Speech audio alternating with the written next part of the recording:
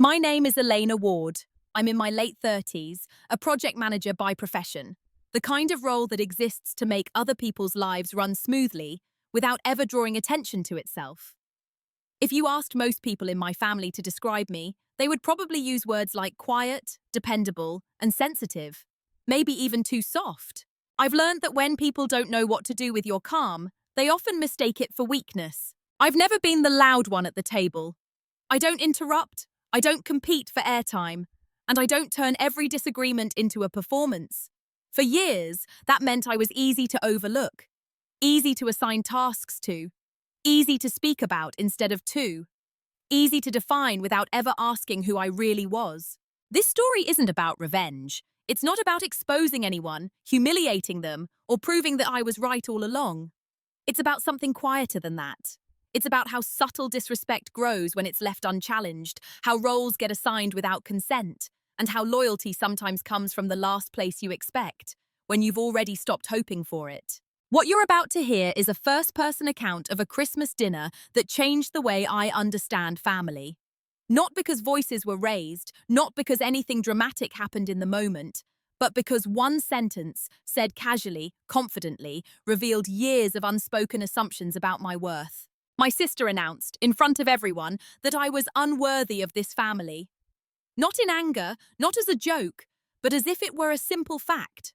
And for a brief moment, no one disagreed. What follows is not a fast story. It unfolds over time, through small cuts rather than one big wound. You'll hear about the ways I learned to stay quiet, the reasons I convinced myself it was easier not to push back, and the internal shift that happened long before anyone else noticed anything was different. You'll also hear about my cousin, the person I least expected to stand up for me, and why that moment mattered more than any apology ever could. Loyalty, I learned, isn't always loud, and it isn't always aligned with hierarchy, age, or proximity. Sometimes it comes from someone who's been watching quietly, just like you. I'm telling this story honestly, without exaggeration, because I think many people will recognize themselves in it. The one who keeps things together, the one who's present but rarely defended, the one whose value is assumed rather than acknowledged. If you've ever wondered how much silence costs you over time, and what happens when you finally choose clarity over acceptance, this story is for you. Before we begin, let me ask you something gently. Have you ever stayed quiet to keep the peace, only to realize later that the peace was never meant for you? For most of my adult life, I knew exactly who I was to my family, long before I fully understood who I was to myself. I was the reliable one, not the successful one, not the admired one, not the complicated one who needed special handling. I was the one who showed up early and stayed late, the one who remembered birthdays, dietary restrictions, seating arrangements, and the quiet preferences no one else bothered to track. If something needed to be organized, smoothed over, or quietly corrected without embarrassing anyone, it somehow ended up with me. No one ever formally assigned me that role. It just settled, like dust. At family gatherings, I was usually positioned slightly off-center. Not exiled exactly, but not central either. Close enough to be useful, far enough to be ignored when conversations turned important. I'd be in the kitchen refilling drinks while decisions were made in the living room. I'd be clearing plates while stories were told about people who really had drive or knew how to assert themselves.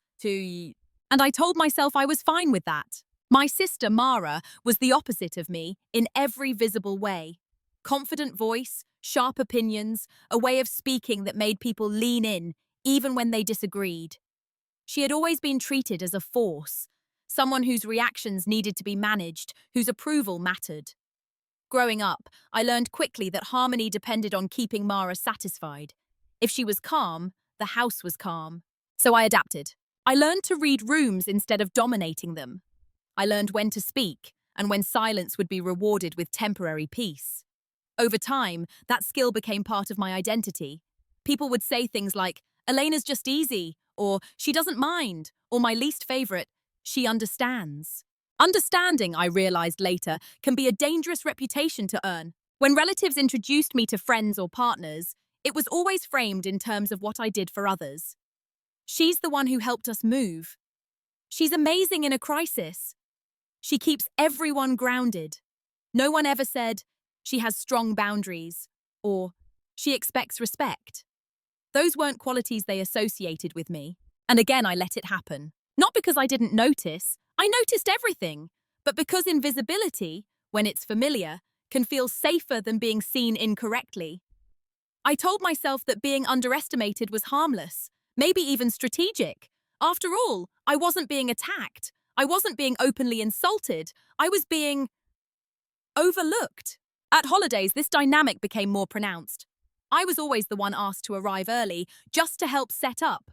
Always the one who stayed behind to clean, while others relaxed. If I declined, there was a subtle shift in the room. Nothing overt, just a tightening. A sense that I was breaking an unspoken agreement. So I rarely declined. What I didn't realize at the time was that by accepting that role so consistently, I was teaching people how to treat me. Not through words, but through repetition. Through my willingness to absorb inconvenience. Through my silence when jokes were made at my expense. Never cruel enough to protest, just sharp enough to sting. No one ever asked how I felt about any of it. They assumed, and assumptions once settled are hard to dislodge. Looking back, I can see that my family didn't think of me as fragile. They thought of me as durable. Someone who could handle being last. Someone who didn't need defending. Someone whose absence wouldn't disrupt the structure because she was part of the foundation, not the design.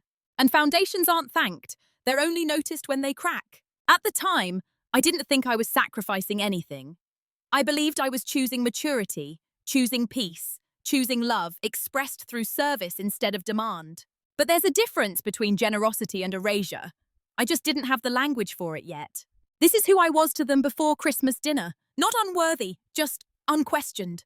The first time I felt it, truly felt it, I almost dismissed it as my own sensitivity. It happened years before that Christmas dinner, during a late summer family barbecue. Nothing dramatic, no raised voices, just a moment so ordinary that it would have disappeared completely if I hadn't been paying attention. We were all standing in the backyard, paper plates balanced in our hands. Someone had asked a question about travel plans for the holidays, where we might go, who might host. I offered a suggestion, calmly, the way I always did. It wasn't even a strong opinion, just an option. Mara laughed. Not a cruel laugh. Not loud. Just a short, dismissive sound, paired with a glance toward our aunt as if to say, "You know how she is." Then she said, "Elena doesn't really get how these things work." That was it. No insult attached, no explanation, just a sentence delivered with confidence, as though it were a shared understanding. The conversation moved on instantly. Someone else proposed a different plan, and that was the end of it. Everyone else let it pass. I remember standing there, plate suddenly heavy in my hands, trying to understand why my chest felt tight. Nothing objectively bad had happened. No one had yelled at me. No one had corrected Mara, but no one had questioned her either. That was the cut. Small enough to rationalize, subtle enough to ignore, but sharp enough that I felt it hours later, replaying her words while I washed dishes alone in my apartment. Elena doesn't really get how these things work. I asked myself the questions I always asked in moments like that. Was she joking? Did I misunderstand her tone? Was I overreacting? Those questions were familiar. They were my way of smoothing over discomfort before it could turn into conflict. I told myself that Mara was just being Mara, direct, unfiltered, that everyone knew she didn't mean harm, that if it really bothered me, someone would have said something. No one did. What stayed with me wasn't just what she said, but how easily it was accepted, as if my perspective carried less weight by default, as if my presence in the conversation was provisional, allowed but not authoritative. In the weeks that followed, I noticed how that same pattern echoed in smaller ways.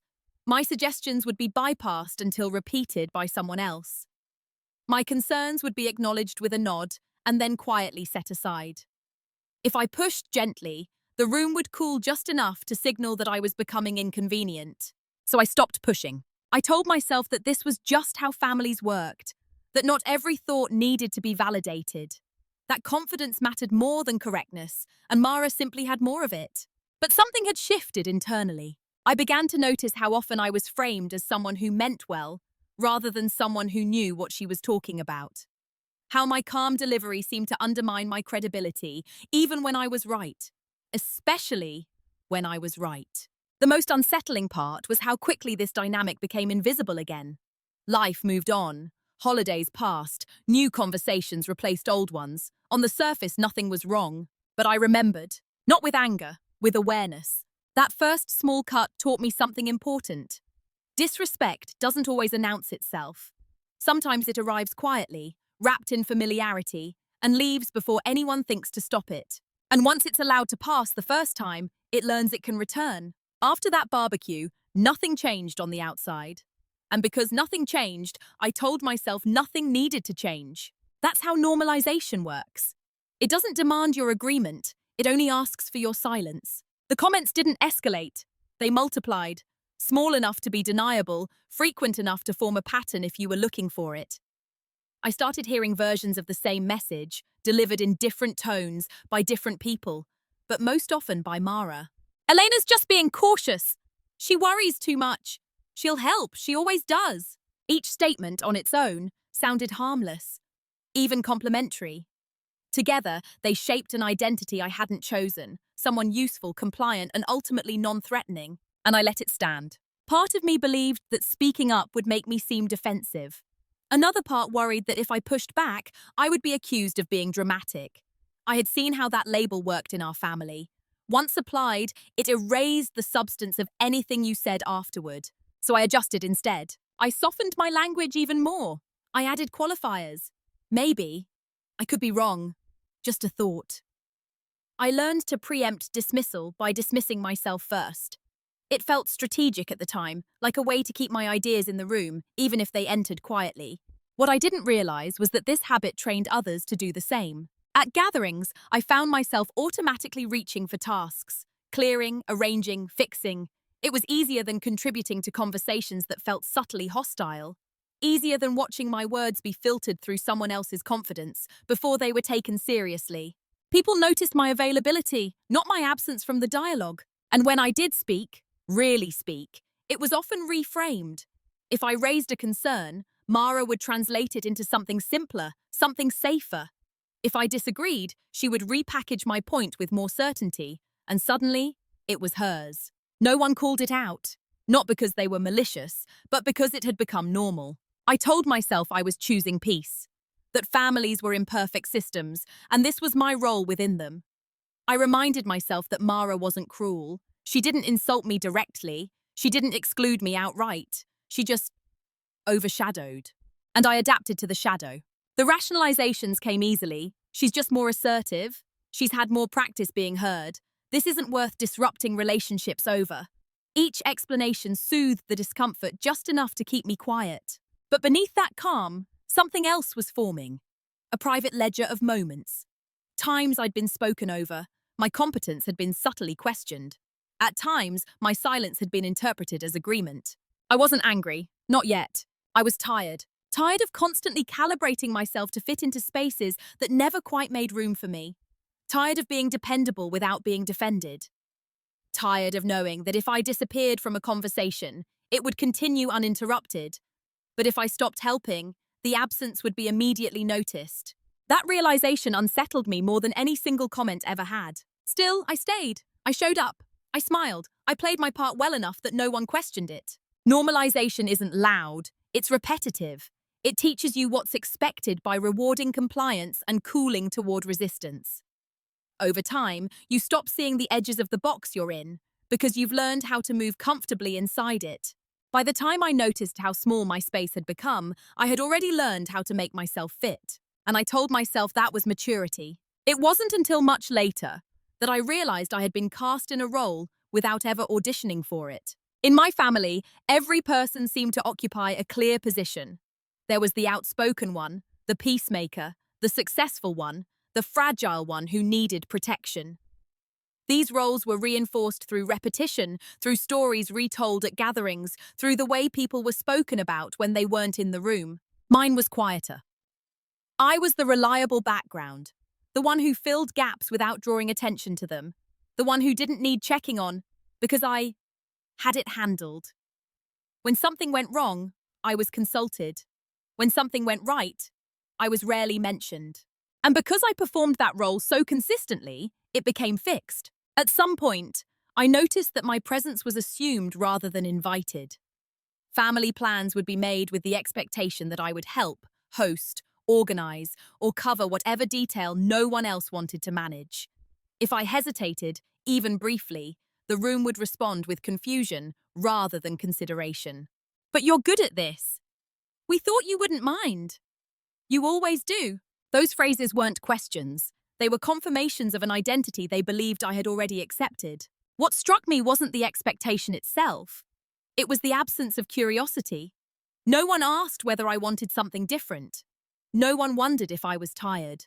My willingness had been mistaken for capacity, and my capacity had been mistaken for obligation. Mara, especially, seemed comfortable speaking for me. If someone asked whether I could take on a task, she would answer before I could. "Elena will do it." And because I often did, her certainty went unchallenged. I told myself this was efficiency, that it made sense for the most capable person to handle things. Refusing would create unnecessary friction. But underneath that logic was a quieter truth. I had become predictable. And predictability, in social systems, is often exploited, not out of malice but convenience. I wasn't being seen as a full participant. I was being used as infrastructure. The moment this became clear wasn't dramatic. It happened during a planning conversation for a family event. I offered an alternative approach, one that would have reduced stress for everyone. Mara listened, nodded once, and then said, "That's not really your lane." Her tone wasn't sharp. It was casual, final. No one objected. The conversation moved on as if something obvious had just been clarified. "Your lane." I remember thinking how strange it was that my lane had been defined so precisely by someone else, that my competence was acknowledged only within certain boundaries, that outside those boundaries my input was considered unnecessary or even intrusive. And again, I said nothing, because challenging the role would have required more than a correction.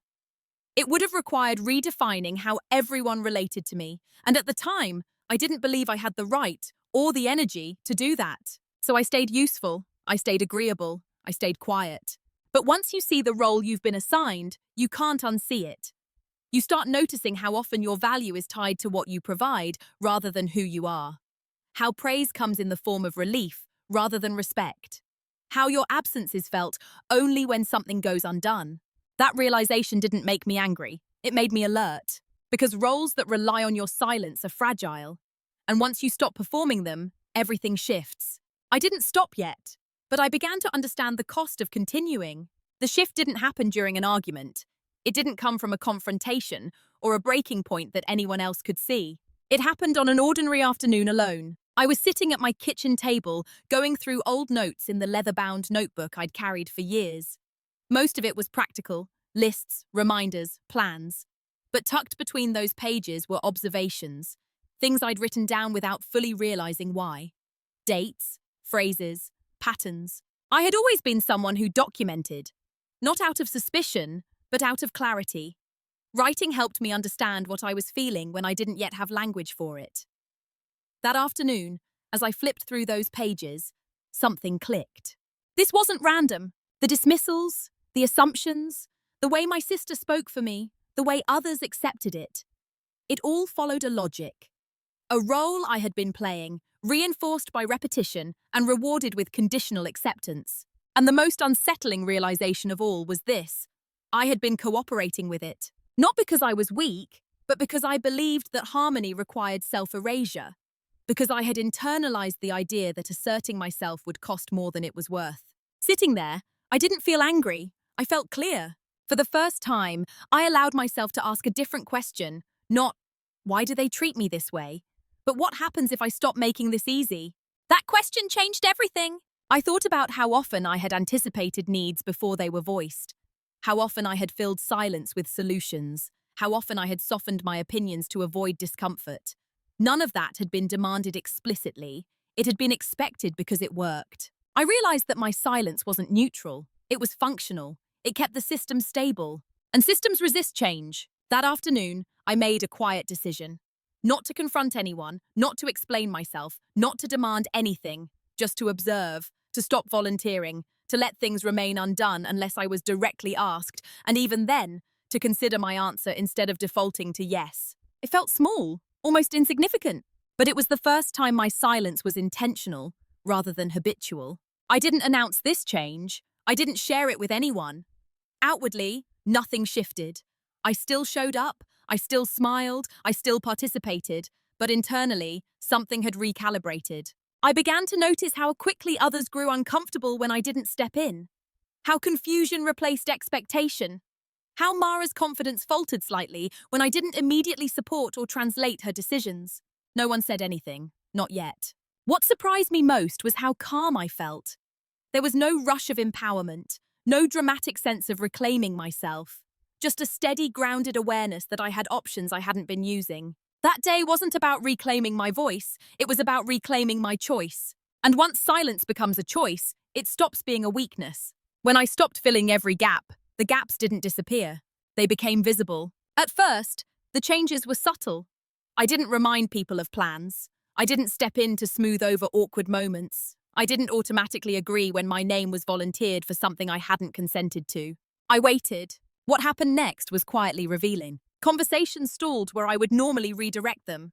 Logistics became messier. Small tensions surfaced that I had previously absorbed without comment. And instead of recognizing my absence as intentional, most people interpreted it as a distraction, or worse, indifference. Mara especially seemed unsettled. She began checking in more often, though not directly. "You're quiet today," she'd say. Or, "You okay?" The tone wasn't concerned, it was an assessment, as if she were trying to determine whether I was still aligned with the role she expected me to play. I answered neutrally. Briefly, truthfully, but without explanation. And that unsettled her more, because silence, when chosen, disrupts predictability. And predictability is what systems rely on to function without question. Others began to fill the space I'd left behind, sometimes clumsily, sometimes resentfully. I noticed how quickly tasks that had once been easy became burdens when redistributed. How often people looked around, expecting someone, me, to intervene. I didn't. Not out of spite, out of curiosity. I wanted to see what happened when I stopped managing everyone else's comfort. When I let consequences exist without cushioning them. When I allowed my absence to speak for itself. What surprised me was how quickly my silence was reframed as a flaw. "She's distant lately." "She's changed?" "She used to be more helpful." No one asked why. It was easier to assume something was wrong with me than to question the structure that had relied on my quiet labor. And still, I didn't correct them, because for the first time, I wasn't trying to be understood. I was trying to be accurate, to myself. I began to notice how often silence made others project. They filled the unknown with their own interpretations, their own discomfort. And in doing so, they revealed more about their expectations than I ever could have through confrontation. Mara started asserting herself more aggressively, as if volume could replace support. She made decisions faster and spoke over others more frequently. It was subtle, but I could see the strain beneath it. Without my quiet reinforcement, her dominance required more effort. And that effort showed. Still, no one addressed the shift directly. It hovered beneath the surface, unnamed. Tension without language, confusion without accountability. I felt steady, not triumphant, not vindicated, just anchored. Because silence, when it's no longer a default, becomes a boundary. One that doesn't need defending because it isn't explained, it simply exists. And people will always test what they don't understand. I let them. While everyone else was reacting to my silence, no one noticed what I was doing with it. I wasn't withdrawing, I was paying attention. For years, I had been collecting fragments without realizing their value. Conversations overheard, patterns repeated, responsibilities assumed, and then forgotten once completed. Now, with my energy no longer spent on maintaining equilibrium, I had space to see the full picture. And the picture was clearer than I expected. I noticed how often Mara positioned herself as the authority on family matters without actually carrying the responsibility that came with it. She made decisions, but rarely followed through. She delegated, but didn't document. She spoke confidently, but relied on others, often me, to handle the aftermath. I noticed how finances were discussed vaguely, with assumptions instead of clarity. How certain relatives depended on arrangements they barely understood, trusting that someone else had checked the details. I noticed how often my name appeared in email threads, group chats, and informal agreements, as the person who would take care of it, even when no one had asked me directly. And because I had always taken care of it, no one had learned how much that actually involved. What they also didn't notice was my habit of writing things down. Dates, commitments, who said what and when. Not in a conspiratorial way, just accurately. I had done this for years, long before anything felt wrong, because it helped me manage complexity. Because memory, especially in families, is selective. As I reviewed those notes, patterns emerged that couldn't be dismissed as misunderstandings. Responsibilities had been quietly shifted onto me over time. Credit had been redistributed upward. Accountability had been diluted through ambiguity. And beneath it all was an unspoken assumption. Elena will handle it. Elena always does. That assumption was the lever. I didn't rush. I didn't confront. I didn't correct narratives in real time. Instead, I organized. I cross-referenced. I clarified things privately. Contracts, agreements, expectations that had never been formally acknowledged because they hadn't needed to be. What struck me most was how little resistance I encountered when I asked for documentation or confirmation. People complied easily, almost gratefully, as if part of them had known the system was shaky and had been relying on my quiet competence to keep it standing. Still, no one connected this to my silence. They assumed I was stepping back emotionally, not structurally. They thought I was less involved, not more precise, less present, not more deliberate. Mara, in particular, underestimated the shift. She mistook my restraint for retreat. My lack of reaction is due to a lack of awareness.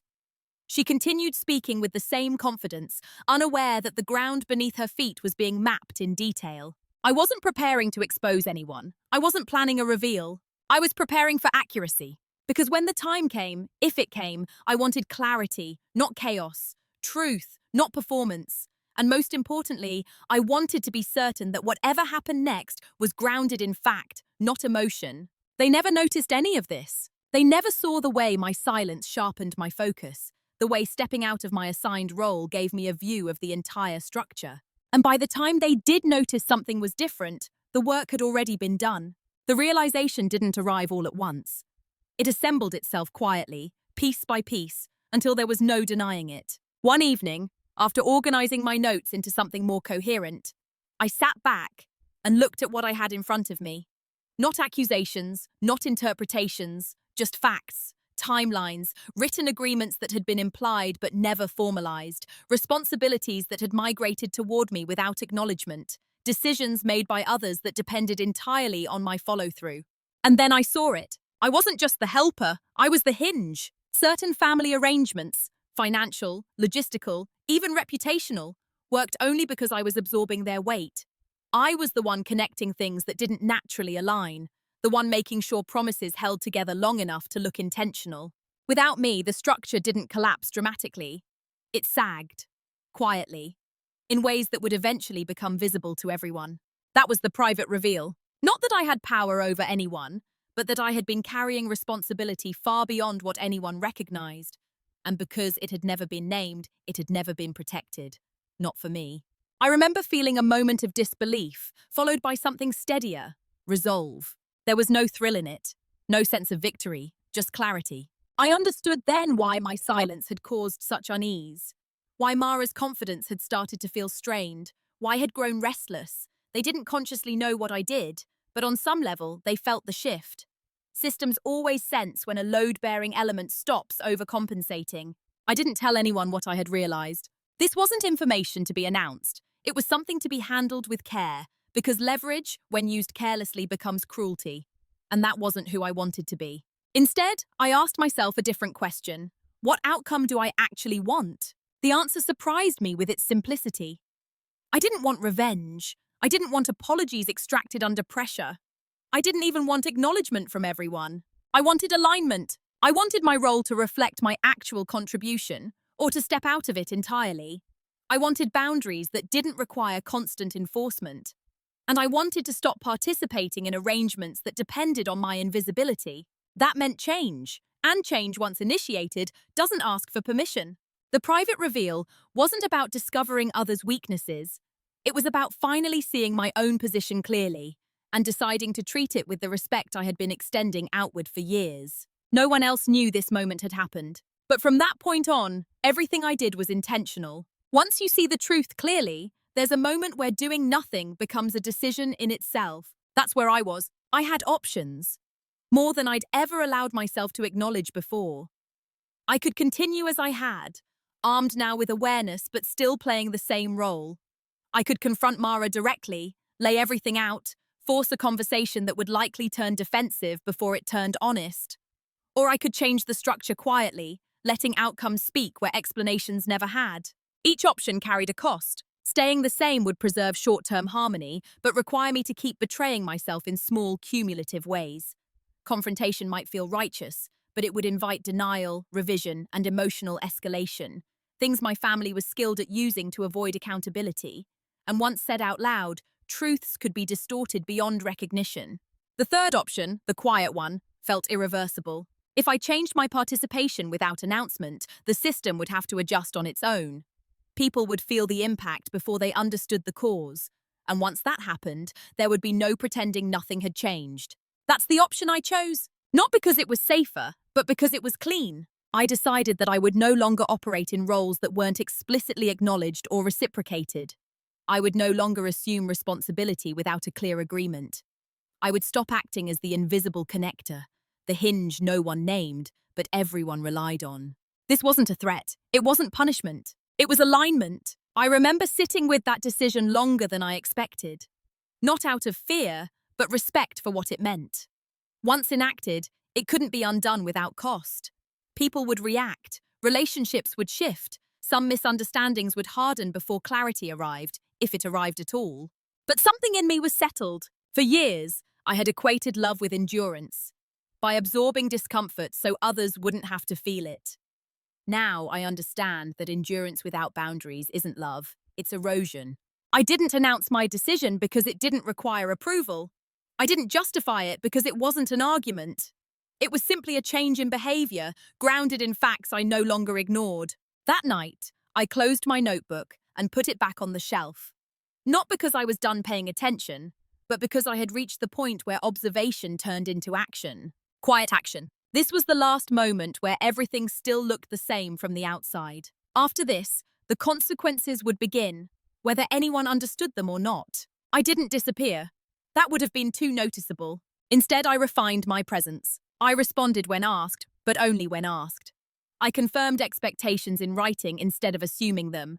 I stopped filling in gaps that no one acknowledged existed. And most importantly, I untangled myself from informal arrangements that had relied on my quiet follow-through.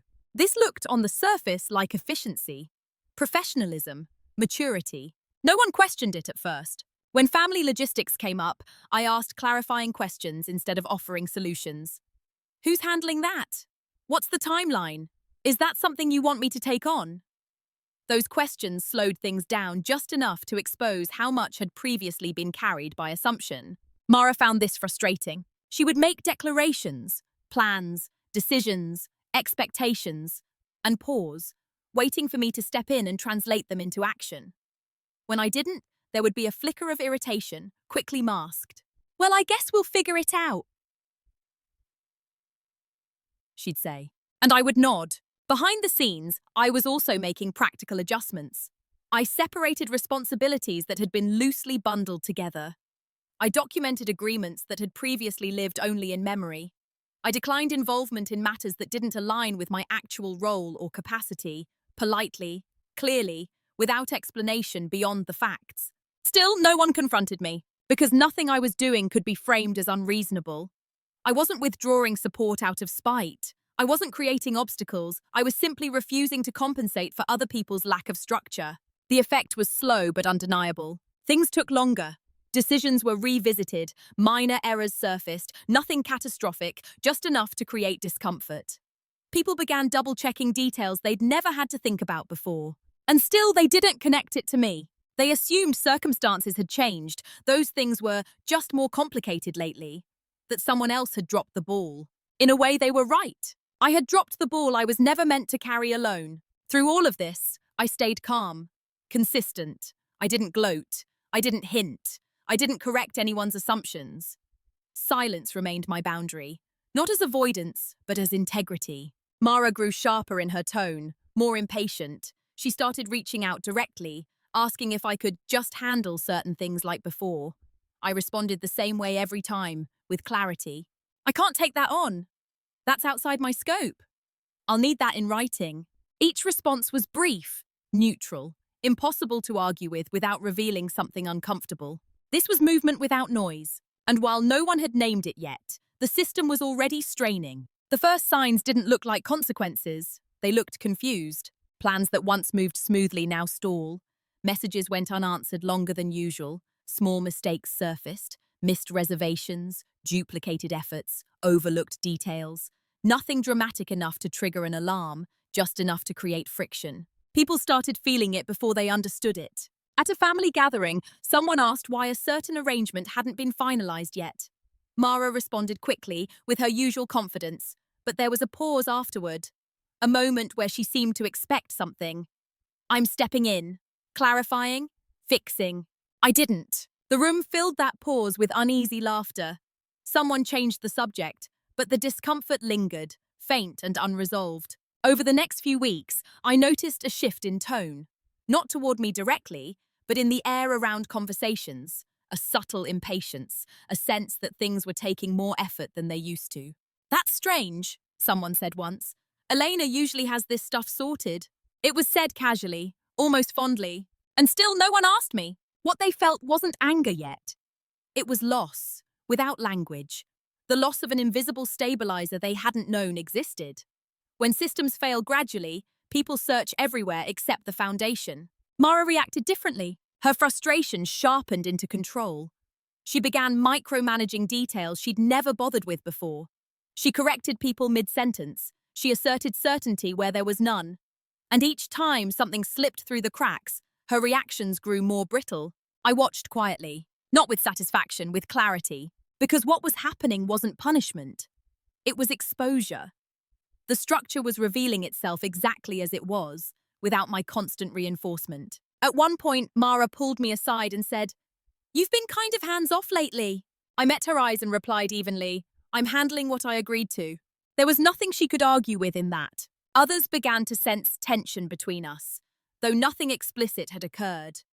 They tried, gently, to smooth things over, inviting me to help more, hinting at how much I was missed in certain roles. I listened, I declined, and with each refusal, something unspoken became harder to ignore.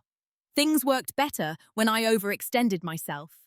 And now that I wasn't, the cost of that overextension was becoming visible to everyone else. Still, no one connected it to respect. They connected it to inconvenience. And that was the beginning. The moment panic set in, it didn't announce itself with raised voices or accusations. It arrived as urgency, disguised as concern. Suddenly, people wanted to check in. Conversations that had once been transactional softened at the edges. I received messages that started with, "Just wanted to see how you're doing," and ended with carefully placed requests. At first, they framed it as temporary. "Things have just been hectic lately. We're all a little overwhelmed. It would really help if you could step in on this once." What they were asking for wasn't help. It was a restoration. They wanted the old rhythm back. The one where I absorbed complexity so others didn't have to. The one where my reliability compensated for everyone else's lack of coordination. But they wanted it without renegotiation, without acknowledgement, without change. I could feel the anxiety beneath their politeness. The system was wobbling, and they were trying to stabilize it the only way they knew how.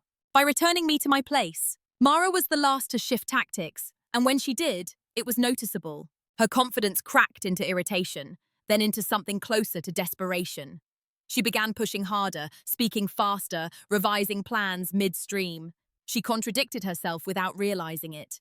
And when things still didn't resolve cleanly, she started looking for someone to blame. Once, during a tense conversation, she said, "This wouldn't be happening if everyone pulled their weight."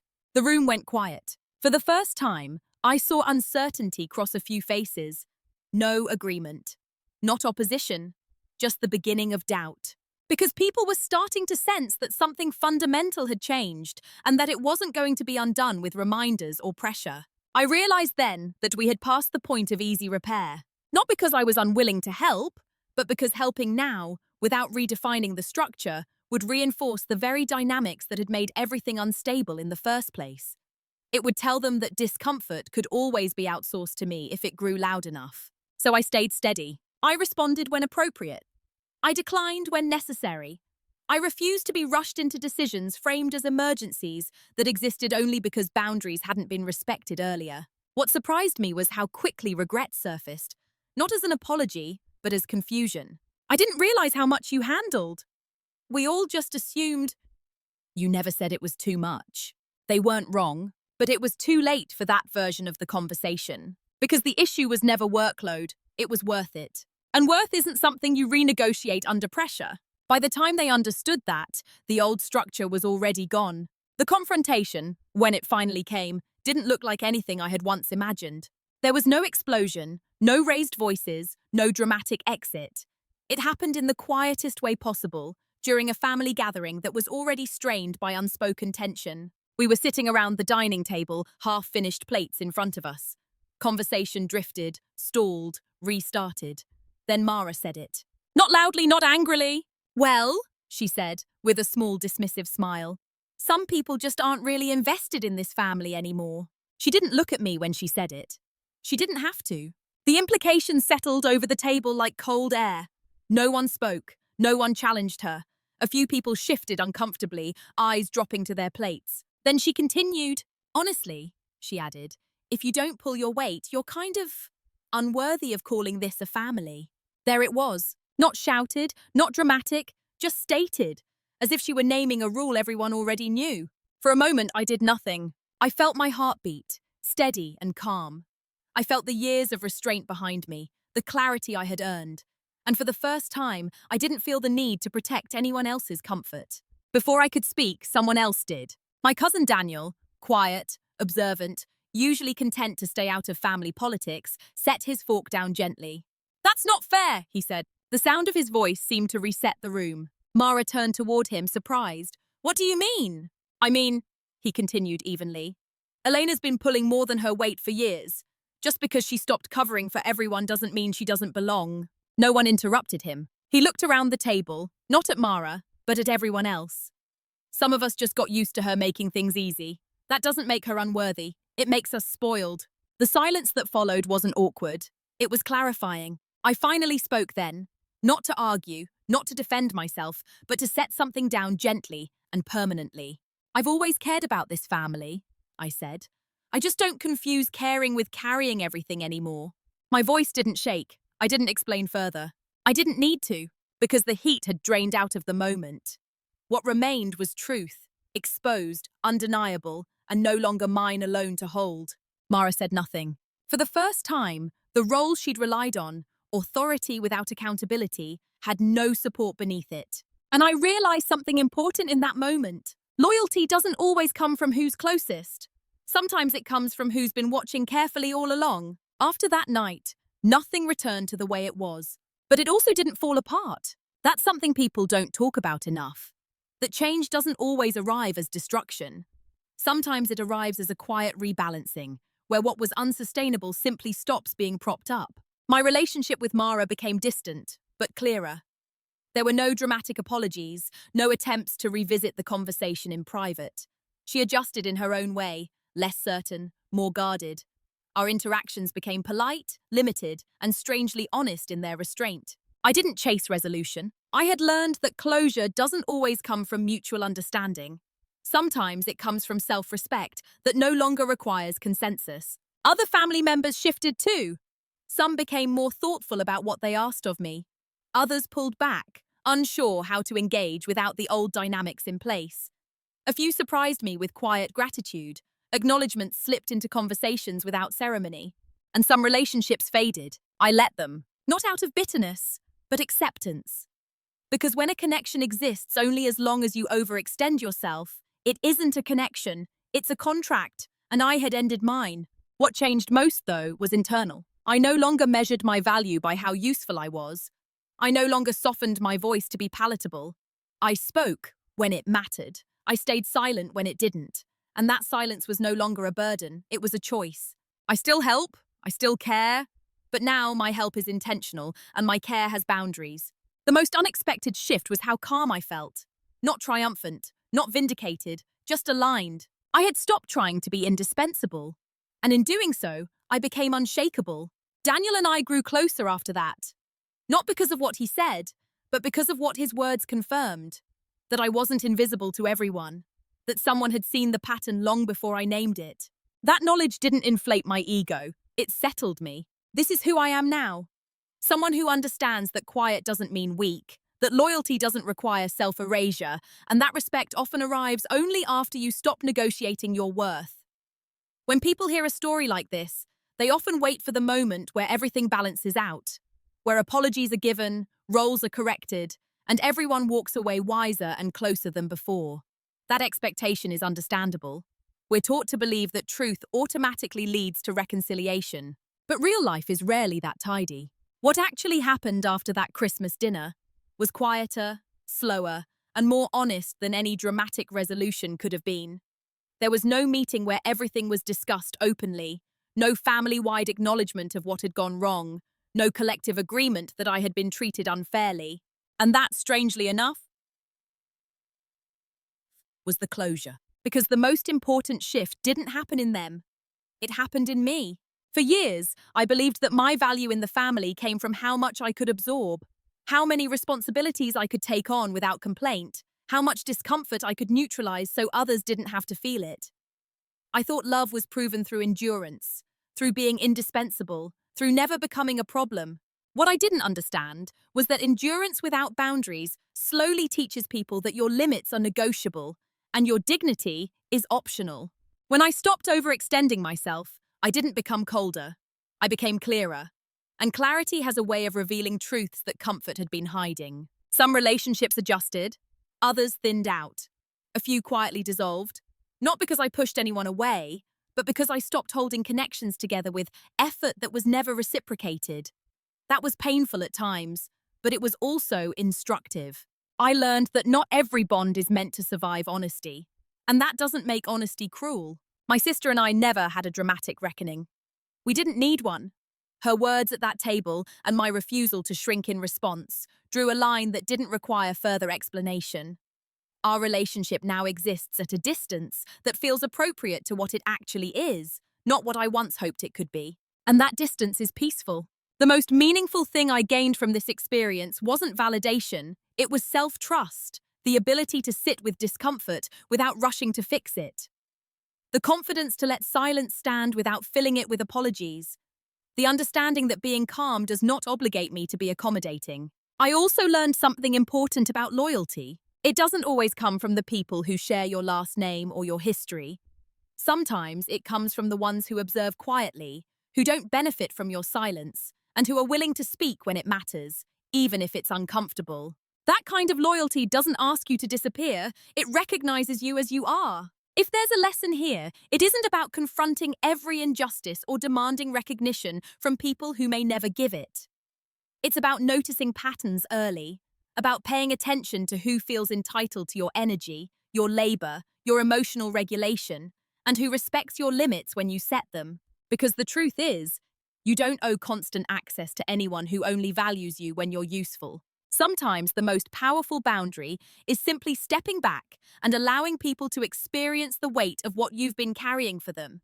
Not to punish, not to teach a lesson, but to restore balance to your own life and to the truth of the situation. So I'll leave you with this question, and I invite you to answer it honestly, even if only to yourself. Where in your life have you been confusing loyalty with self-sacrifice, and what would change if you allowed yourself to be respected instead of relied upon? If this story resonated with you, feel free to share your thoughts in the comments, not for validation, not for debate, but because stories like these remind us that quiet strength is real and that choosing yourself doesn't make you disloyal. Sometimes it simply makes you free.